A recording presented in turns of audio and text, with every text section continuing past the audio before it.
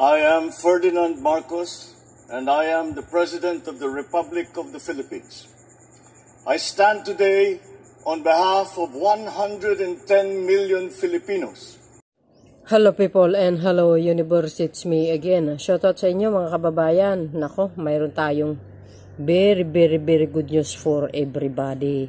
Shoutout sa mga Marcos loyalists at supporters. Nako po mga kababayan. Ito na naman po tayo kay Pangulong Marcos Jr. Naloka ako guys. Sobrang speechless ako. Alam nyo, nakikita ko, walang ibang pinakamagaling na Pangulo sa buong mundo. Siya lang ang mayroong ganito guys eh. Diba nandyan sa Australia ngayon? Sa Asean na Australian Summit? Naku, bukod po dyan mga kababayan, nakakuha na naman at humakot na naman ng foreign investor. Nako, umabot guys ng $1.53 billion at magkikreate po ng maraming trabaho, 500 na mga trabahante mga kababayan. Yan na naman po tayo. Kakaiba si Pangulong Marcos Jr. Sa totoo lang, alam nyo guys, dahil sa galing niyang mamuno at hardworking president, talagang pinupuri po siya talaga. Alam mo, sabi ko nga sa isang video ko, nagtataka ako, bakit tuwing pumupunta si Pangulong Marcos Jr. ay binabanggit ang kanyang ama. Katulad dito guys, nabanggit na naman ang kanyang ama, naloka ako. At alam nyo ba, si Pangulong Marcos Jr. nung nag-aral sa De La Salle, matalino pala ito guys. Yung isang speaker parang kaklase niya yata, no? Talagang nabanggit, ayan no, nabanggit niya. Naloka ako. Matalino talaga si Pangulong Marcos Jr. Since pa talaga nung elementary. So, but anyway, mga kababayan, ito, pinaparating ko ito sa mga, yung nagko-comment sa akin, lagi, yung nagbabasa Pangulong Marcos Jr. Mahiya-hiya naman ako sa sarili mo, sa sarili nyo, mga anti-Marcos, mga DDS. Ang hiyang-hiya na ako talaga sa pagmumukha nyo. Bakit? Siguro, no, yung 1.53 billion, itapal nyo sa mukha nyo yan. Yung nakuha niyang investment. Kasadong-kasado na po yan. Walang laban bawi. Katulad sa ginawa ng puon nyo, laban bawi, ang pinagsasabi niya. Walang sariling paninindigan, walang sariling diskarte. Diba? Pero si Pangulong Marcos Jr., grabe.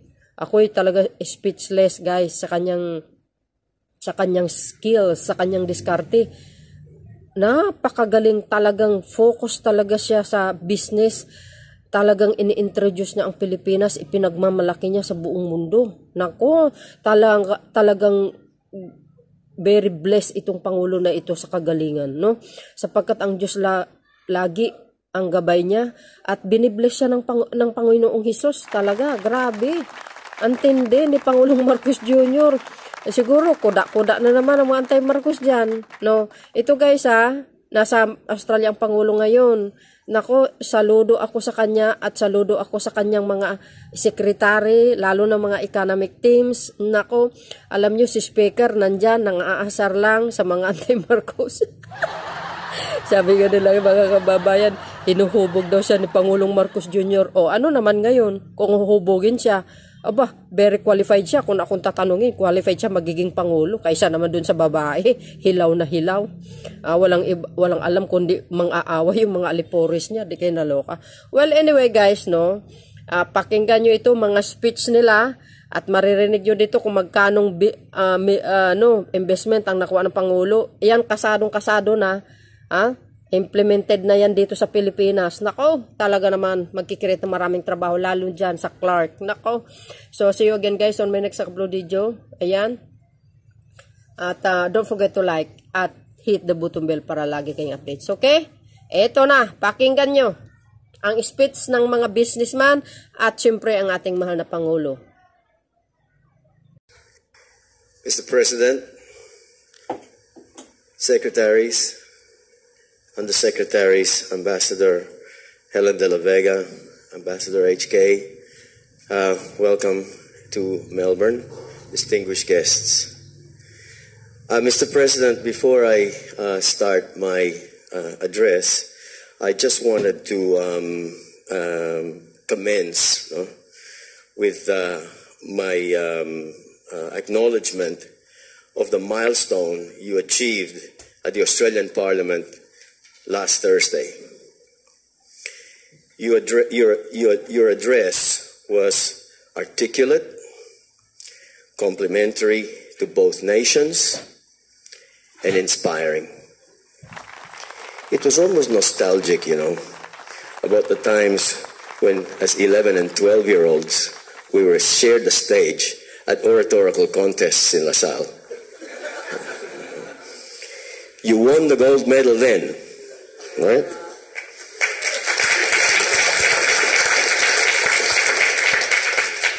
But in my reckoning, you won the platinum on Thursday.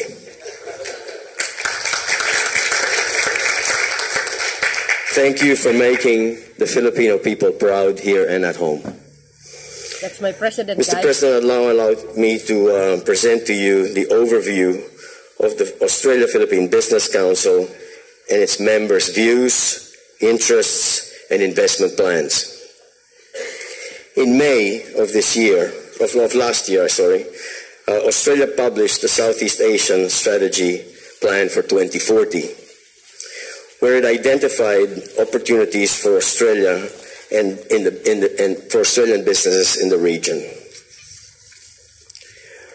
For the Philippines, Australia identified 4 key industry sectors with tremendous growth potential and has committed to actively encourage Australian industry to think Filipino and engage. The 4 sectors include education and skills, agriculture, resources, and green energy transition. The APBC has closely aligned with the Australia's findings and developed collaboration skills with its members and Australia organizations to maximize these opportunities. We also work closely with our Filipino counterparts, the Philippine-Australia Business Council and the Australia-New Zealand Chamber Philippines, sharing information, actively supporting each other with cross-border opportunities. APBC is pleased to report its early progress in the following areas. In education, Murdoch University from Western Australia is actively pursuing student engagement programs and with a number of Philippine universities.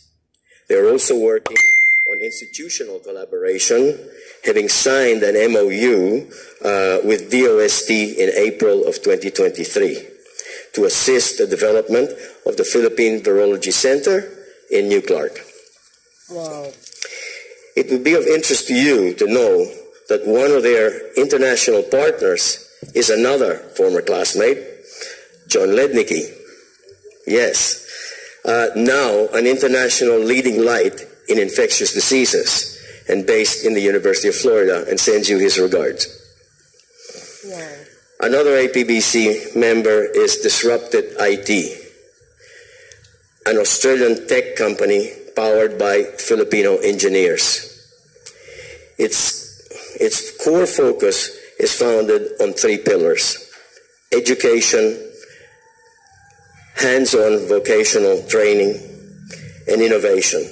The Filipino cybersecurity engineers rotate their Australian technical skills through their technical hub in Townsville, in James Cook University in Townsville, allowing them to gain commercial experience in advanced cybersecurity tools.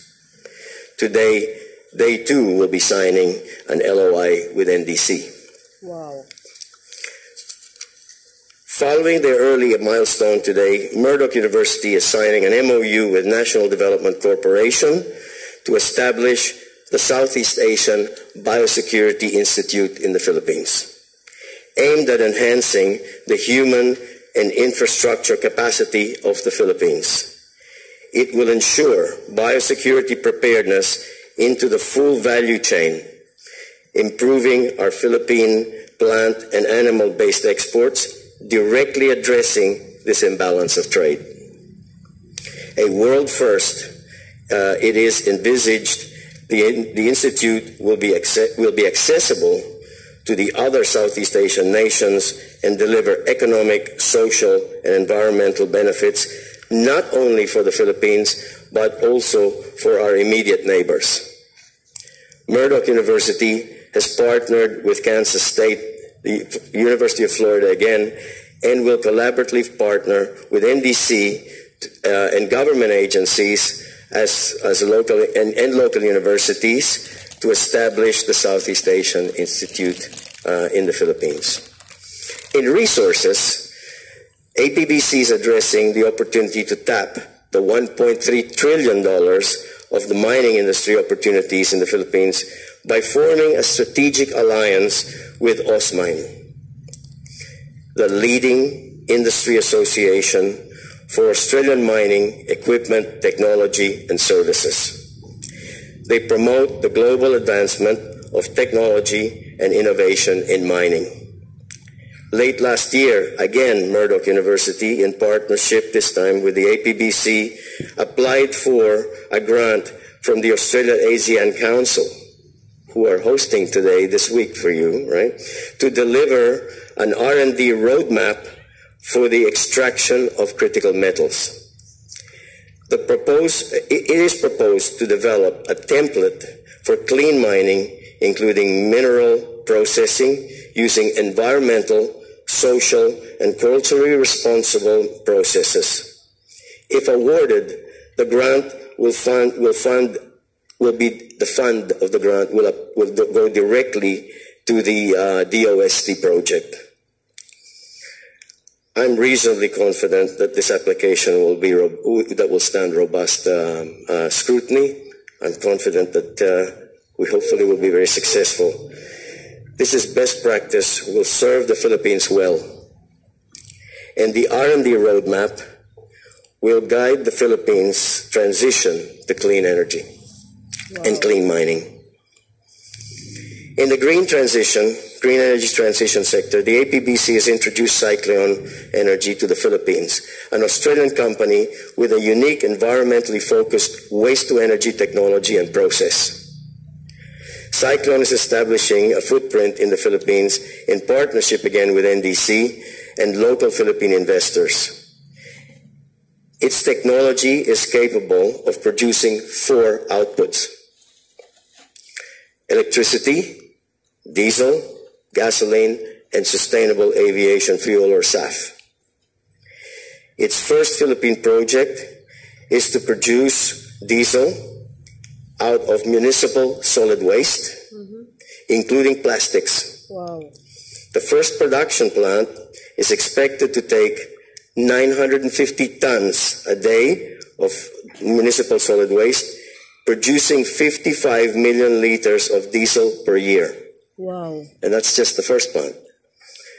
Concurrently to this milestone, the R&D process will commence to derive SAF from aviation, for aviation in partnership with 4 universities in Australia, as well as UP and De La Salle universities in the Philippines. Oh, wow. The overall outcome will also help address landfill, our challenges there, and land rehabilitation. The Cyclone process, right, and technology is a world first, and it's happening first in the Philippines. Thank you very much. Secretaries, Excellency, HK, and distinguished guests, it's such an honour to have some big gigafactory seen as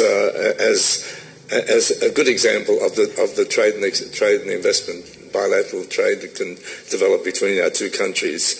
It was an honour, Mr. President, to learn that you'd flown over the New Clark City and this new age New Clark City and over our Simbaka gigafactory under construction, and was impressed by the vision of the Responsible Bases Conversion and Development Authority and the Philinvest Innovation Park in New Clark City. We anticipate the first Simbaka battery factory to commence production between May and August, with commercial operation and sales locally and export by October this year. This investment by Simbaka Energy Innovation Fund, however, grew out of our initial investment in the Philippines 5 years ago in Pure EV, focused on mobility solutions to replace the polluting gasoline trikes with clean electric e-trikes in Antipolo initially and now in Quezon City. Pure EVs has expanded to Quezon City, where we now assemble and operate tricycles and utility vehicles and are expanding into EV charging infrastructure. We have an overhead, but not here. But we've internationally, Sideline Energy is involved in one of the largest EV charging technology, fast charging around the world.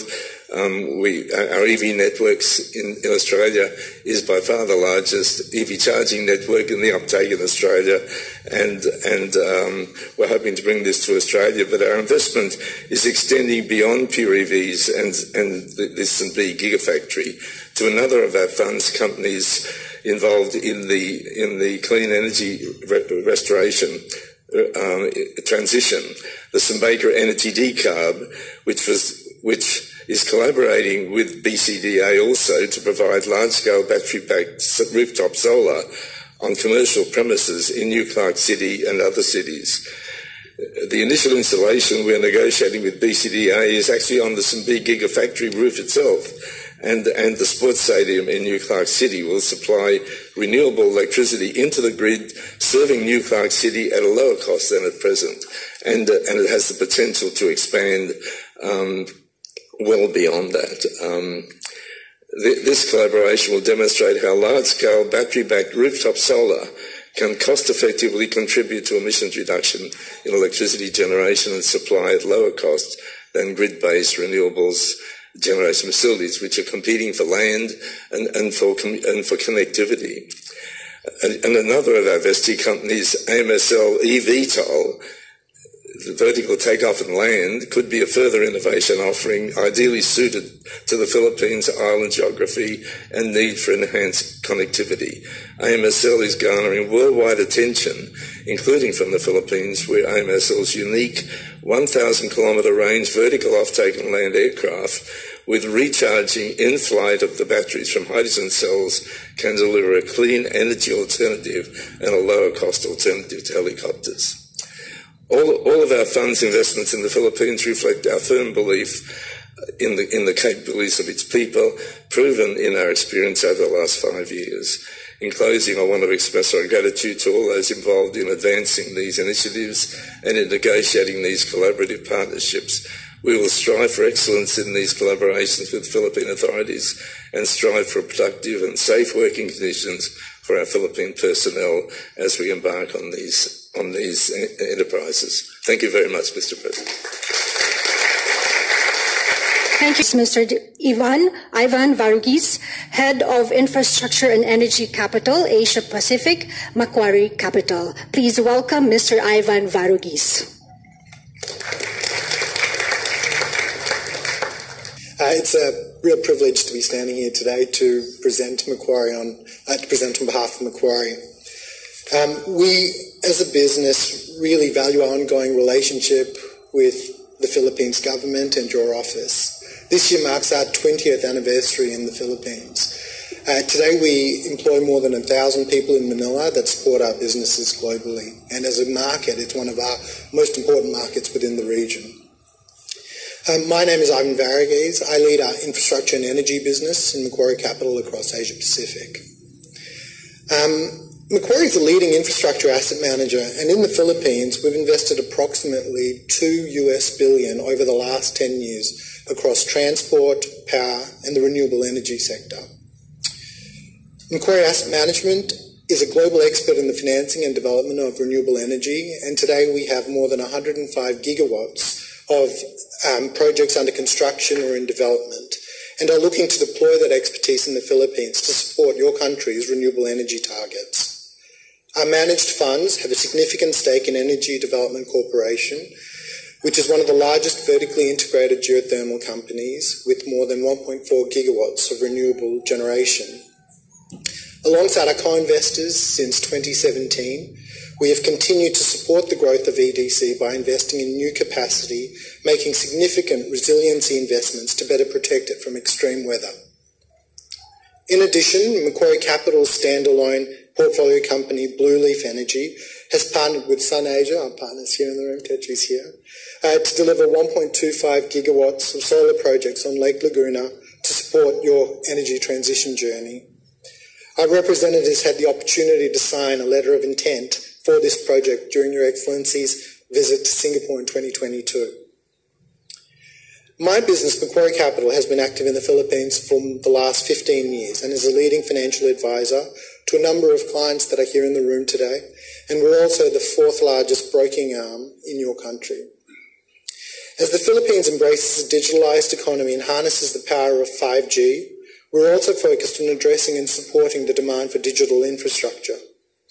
Macquarie Capital invested in PhilTower, one of the fastest growing independent tower companies in the Philippines in 2021, and has continued to support that business over the last 3 years. We're a major shareholder, and under our ownership, we expanded its local community reach through a significant expansion of its network, including the acquisition of a portfolio of towers from Globe, and today we service all 3 mobile network operators. Through PhilTower, Macquarie Capital aims to continue to support the development of telecommunication infrastructure in the Philippines to respond to the growing connectivity needs of your country. Looking ahead, we believe there are many, many more opportunities for us to support the Philippines government's renewables program, your digitisation program, or as we heard today, your Build Better More program.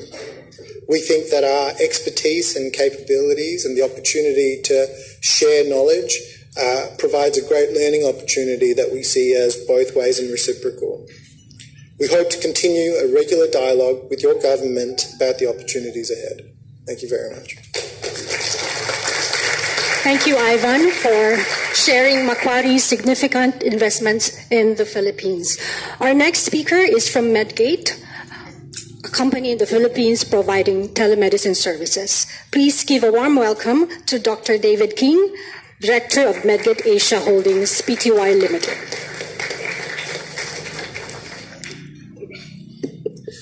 Mr. President, Honourable Secretaries, Her Excellencies Ambassadors de la Vega and HKU, distinguished guests, ladies and gentlemen. It's my pleasure to give you a brief introduction to Medgate, a provider of telemedicine services in the Philippines. Medgate Switzerland was founded over 25 years ago in Basel, Switzerland, as an international pioneer of telemedicine services with the express purpose of providing medical services virtually through interactions with doctors and patients. Medgate established operations in the Philippines in 2015, backed by a group of Australian investors serving health maintenance organisations and their beneficiaries. We currently have the capacity to take over 3,000 calls each day. In 2020, we provided a COVID hotline for the Department of Health in the first 6 weeks of the pandemic, and in that time we serviced over 70,000 calls from Filipinos. Today we continue to service our HMO customers, and we work closely with the government agencies to expand our capabilities and deliver a broader range of services. As to the future, Medgate will continue to provide services to our HMO customers whilst expanding our offering to retail customers.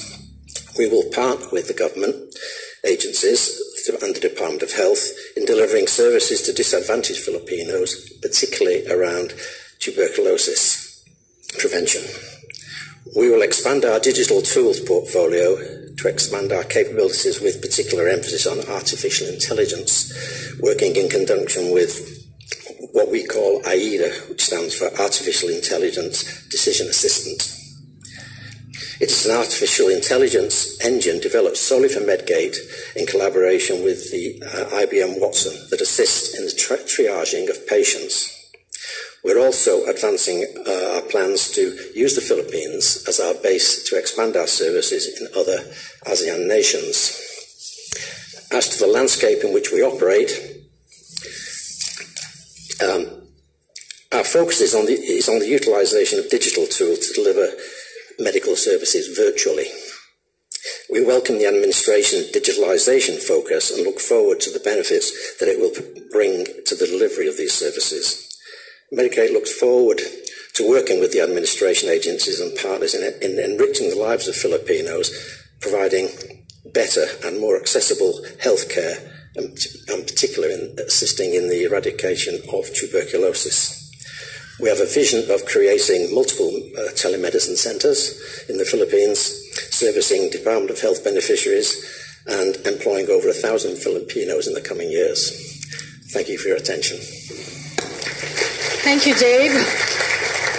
And thank you for your mission of enriching the lives of Filipinos through better healthcare. We now focus on initiatives on mining and mineral resources, and this will be shared to us by the chairman of the Philippines-Australia Business Council, Attorney Dennis Quintero. His Excellency President Bongbong Marcos, Speaker Martin Romualdez, Honorable Secretaries, Her Excellencies, colleagues and friends. Mr. President, the PABC and our counterpart, the APBC, were formed together following the bilateral trade agreement ratified in 1979 under the joint communique of President Ferdinand E. Marcos Sr. and Prime Minister Malcolm Fraser.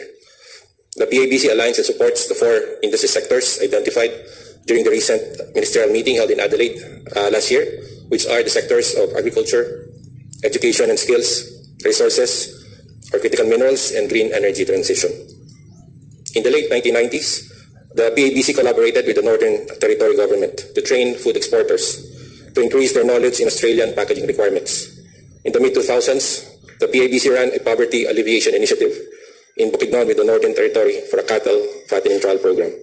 The PABC recommends the study for the possible application of Australian sugar milling and solar-powered cold storage technologies in the Philippines. Mr. President, in the resources sector, the PABC leadership was involved in the crafting of the Philippine Mining Act of 1995. The PABC also worked to establish the Philippine Mineral Reporting Code, which is the equivalent of the Joint Ore Reserves Code of Australia.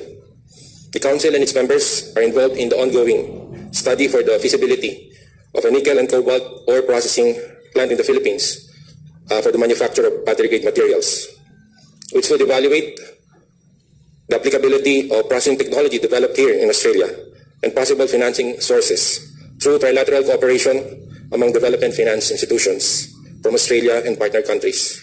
We recently met with the joint delegation from Export Finance Australia, the U.S. Trade and Development Agency, and the Japan Bank for International Cooperation as they explore possible opportunities to finance critical minerals processing projects in our country. In the field of knowledge sharing, the PABC initiated an engagement and consultation between the Philippine Stock Exchange and the Australian Stock Exchange on mineral code implementation.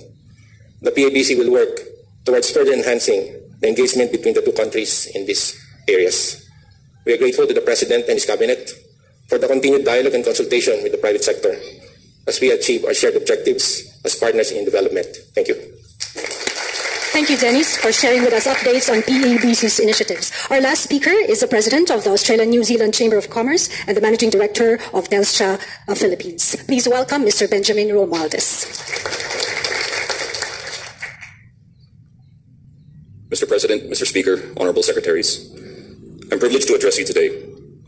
In 2023, the IT and business process industries contributed 12% to the Philippines' GDP. The Philippines holds nearly 20% of the global IT business process share, generating over $35 billion in revenue and expected to grow by at least 10% over the coming year. In addition to the revenue, the industry provided direct employment to over 1.7 million Filipinos. The indirect employment factor is estimated at nearly 3x. With a median age of only 26 years, our workforce is young, highly educated, proficient in English, and adaptable to the global market. Each year, our universities produce over 800,000 graduates across various disciplines, and of that number, 50% specialize in business administration, engineering, and technology-related fields, which is significant for us. Member companies of the Australia-New Zealand Chamber of Commerce participate in a broad range of industries, including professional services, infrastructure development, mining, logistics, financial services, telecommunications, and many more. But one of our largest represented industries is information technology and business processing. Combined, 17% of our membership is in this sector, and an additional 6% are in other sectors where a significant portion of their business is derived directly from BPO companies and related activity. These include recruitment and staffing agencies, real estate, and consulting. These are significant numbers for a chamber that isn't dedicated to this industry, which illustrates their reach. Today, I'm going to discuss the thriving landscape of the IT BPM process industries in the Philippines, exploring its evolution and the wealth of opportunities it presents. The industry started with contact centers and eventually shifted to back office and shared services work such as finance and accounting and HR operations. However, beyond those roles, there are still growth areas that have yet to reach their full potential. Here are just a few examples. With a 15% growth rate, the creative industry is one of the fastest growing subsectors. Additionally, the convergence of technology and healthcare has given rise to an expanding subsector within the BPO industry. And also on the rise in the sector are legal processing and research. While we come from different legal systems in the Philippines and Australia, the training and skills of legal professionals in the Philippines still apply to paralegal work, from simple to highly specialized. And also from Australia, Asean sees high demand for Filipino engineers. Among all this growth, companies are managing more data and complex processes than ever before, and this is giving rise to higher value functions such as data sciences, artificial intelligence development, and software development. With the Philippines having over 800,000 kilometers of fiber optic cables and central to the region's undersea cables, a contributing factor to the growth rates of data centers, which in turn is creating demand for network engineers and cybersecurity professionals. Across all these subsectors, from creatives to healthcare, from legal to cybersecurity and AI, we see this growth continuing for years to come. To further encourage trade and investments, ANSCHAM appreciates and supports the Philippine government's efforts to enhance the ease of doing business at both the national and local government levels. Continuing to streamline processes will create a more attractive environment for foreign investors. And secondly, our education system can be future-proofed by placing a focus on new technologies, including artificial intelligence and cybersecurity. By preparing our youth for the jobs of the future, we ensure sustained growth and relevance in the global marketplace. And together, we can make the Philippines' IT and business process industries more than a destination for traditional services, but a hub for innovation and high-value functions. Thank you. Thank you very much, Bench, for your remarks. We would like to call all our distinguished speakers to please come on stage for a photo opportunity with the President. Once again, thank you all to all our speakers for their views, plans, and updates on their business activities in the Philippines. Wow. See guys, narinig nyo yung unang speaker, talagang pinuri si Pangulong Marcos Jr. At this point, ladies and gentlemen, we would like to call Secretary Alfredo Pascual of the Philippine Department of Trade and Industry to introduce the next part of the program. Proud ako kasi matalino ang Pangulo ko. Wow. Natin lahat pala. Your Excellency, President Ferdinand R. Marcos Jr., Speaker Martin Romualdez, business leaders, colleagues from government, esteemed guests, ladies and gentlemen. I'm pleased to share with you all the culmination of our collaborative efforts to generate investment leads from Australia to the Philippines in the run-up to this business forum. We are presenting 14 business agreements that have been signed, and these agreements are poised to drive our investment relationships and contribute to Philippine economic growth. This excludes the presentations made by the earlier speakers. Wow, grabe, ang dami. The total value of Australian investment into the Philippines that will be presented today is $1.53 billion. Oh my goodness, guys. These agreements signify our unwavering commitment to excellence and fruitful partnerships spanning diverse sectors such as renewable energy, waste to energy technology, organic recycling technology, countryside housing initiatives, the establishment of data centers, manufacturing of health technology solutions, and digital health services. Wow, oh my God. These sectors are indicative of future Philippines-Australia business engagements. They serve as tangible outcomes of investment promotion and will anchor ongoing Philippine-Australia business engagement. This will also provide a solid foundation for sustained growth and mutually beneficial partnerships in the years ahead. I deeply extend my gratitude to the companies and business leaders who put substantial effort in negotiating and diligently crafting these agreements. Your dedication has yielded strategic alliances, charting new course for our collective future. Let us uphold the spirit of collaboration and seize the opportunities that is ahead. I look forward to the successful implementation and fruition of these projects as we build a bagong Pilipinas. Wow. Congratulations and thank you very much. Ladies and gentlemen, good morning. Also joining us is our ambassador, Helen de la Vega, and we have also with us the ambassador of Australia to the Philippines, Ambassador HKU. And of course, all our distinguished guests, our very valuable partners in the private sector, and those of you who have now put in your minds and have put in your consciousness the possibilities and potentials of the Philippines. Australia holds a special place as the Philippines' newest strategic partner in the Indo-Pacific region. Through this visit, we are sending a clear message that the Philippines is enhancing our regional economic integration agenda on several aspects. I have always had myself a personal fondness for this city, so it is a great opportunity to come back and visit, to be here at this forum with all of you. I am honored to stand before such a distinguished audience today. Your presence in this gathering speaks volumes about the importance of fostering robust business partnerships and collaborations between our nations. It not only underscores the significance of this forum, but also emphasizes the vitality of our economic and commercial ties. As such, I thank the business organizations who have been tirelessly working in fostering meaningful connections and facilitating practical and tangible business opportunities, providing insights, information exchange, and strategic engagements. Let me also extend my appreciation to the companies that are already partnering with us and making it happen in the Philippines for your plans and significant investments that directly contribute to our economic development. Some of you have shared your plans and commitment to the Philippines, and I'm grateful for your continued trust, confidence, and interest in our country. This assembly serves as a celebration of the robustness and resilience of the Philippine economy. We take pride in being an ideal destination for complementation in both manufacturing and services.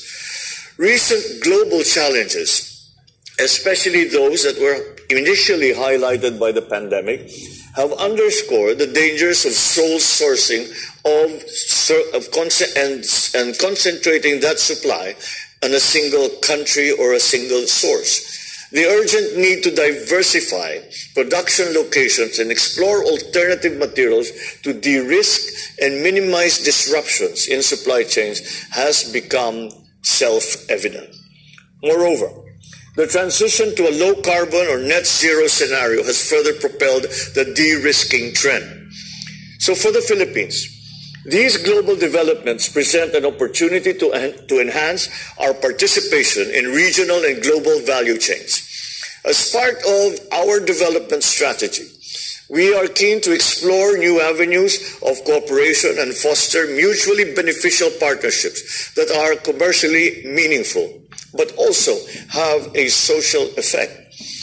I invite esteemed Australian businesses to consider the Philippines as a reliable partner that can support your expansion and operations.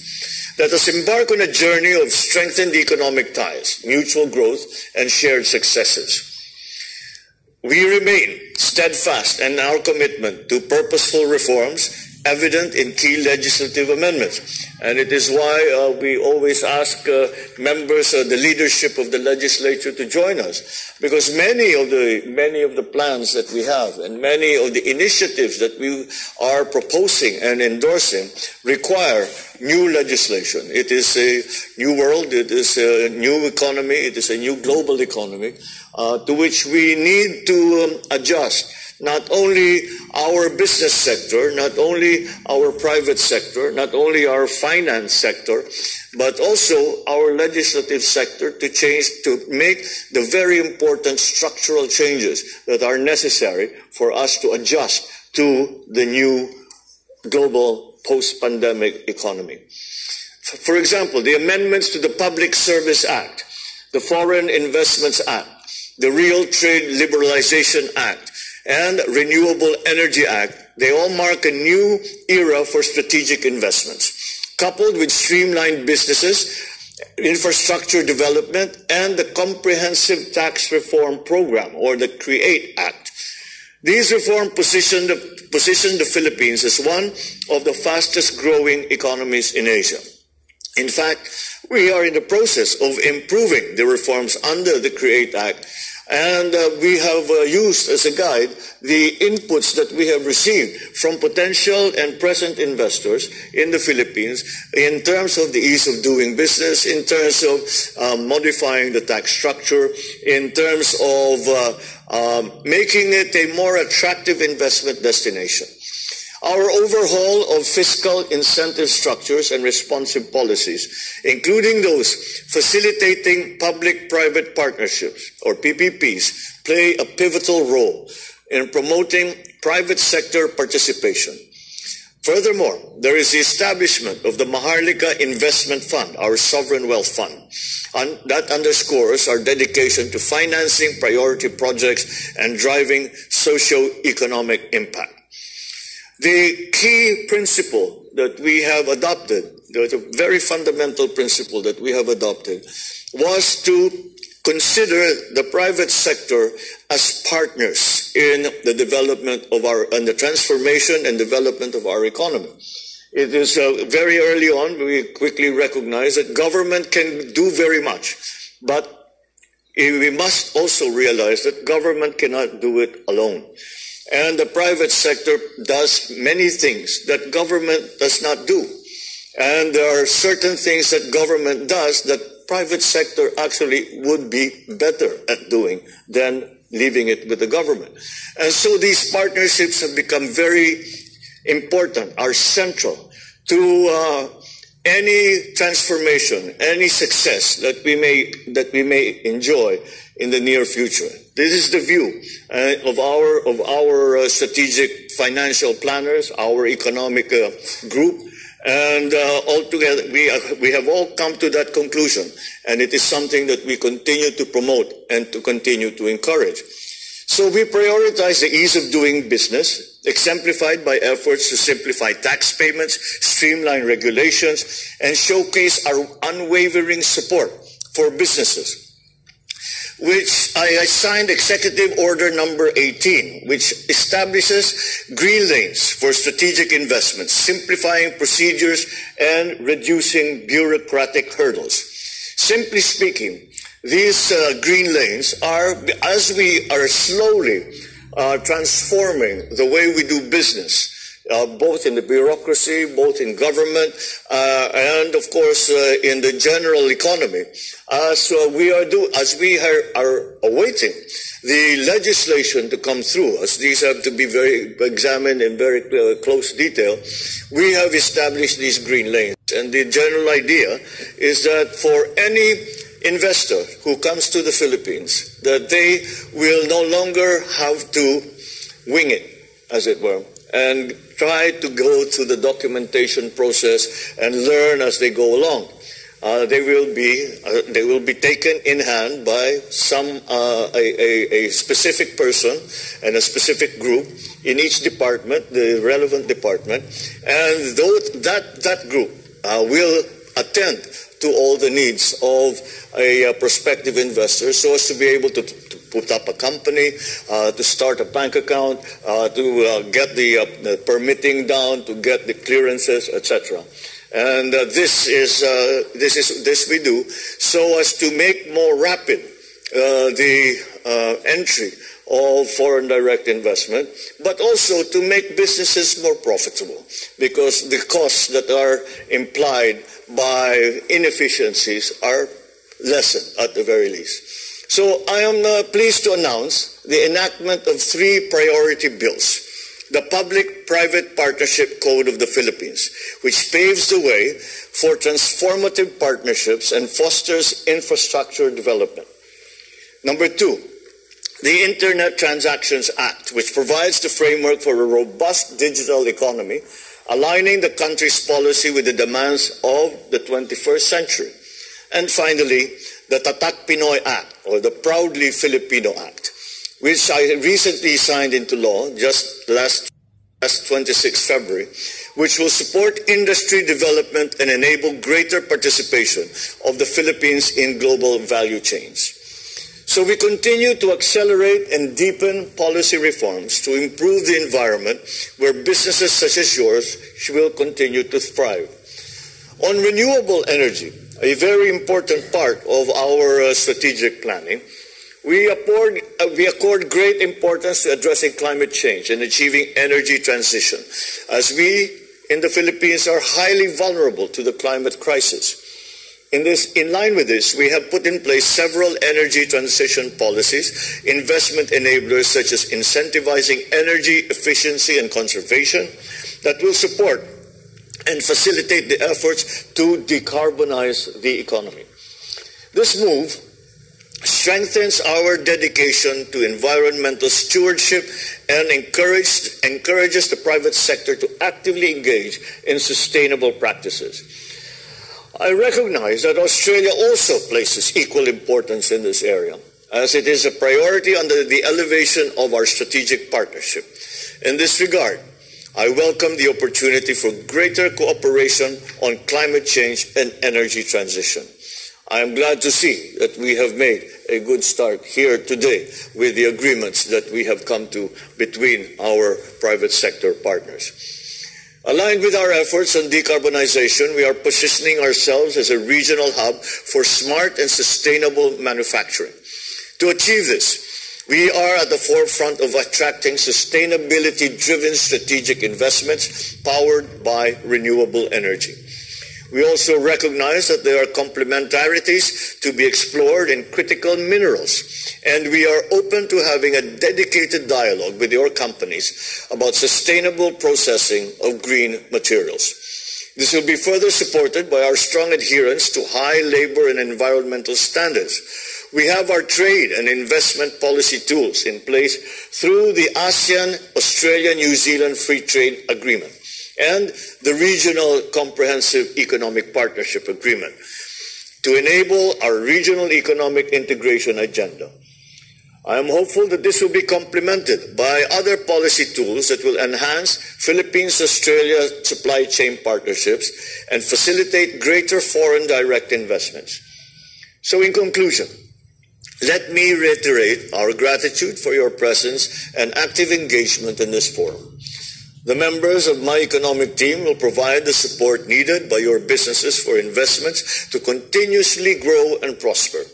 Together with you as our strategic partner, we can make investments happen in the Philippines.